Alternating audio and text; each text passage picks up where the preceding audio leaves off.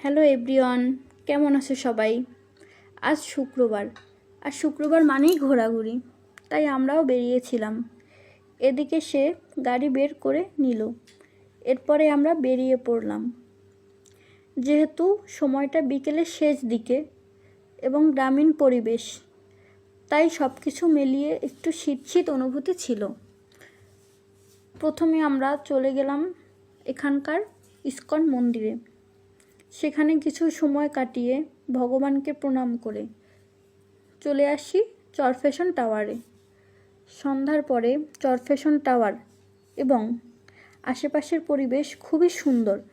তোমরা যারা কখনো এখানে আসোনি তারা একবার এসে ঘুরে যেতে পারো। দেন আমরা এখানে একটি ফুলের দোকানে যাই। ফুলগুলো আর্টিফিশিয়াল, কিন্তু দেখতে অনেক সুন্দর। আমরাও এখান থেকে কিছু ফুল নিয়ে বাসার উদ্দেশ্যে রওনা দিলাম।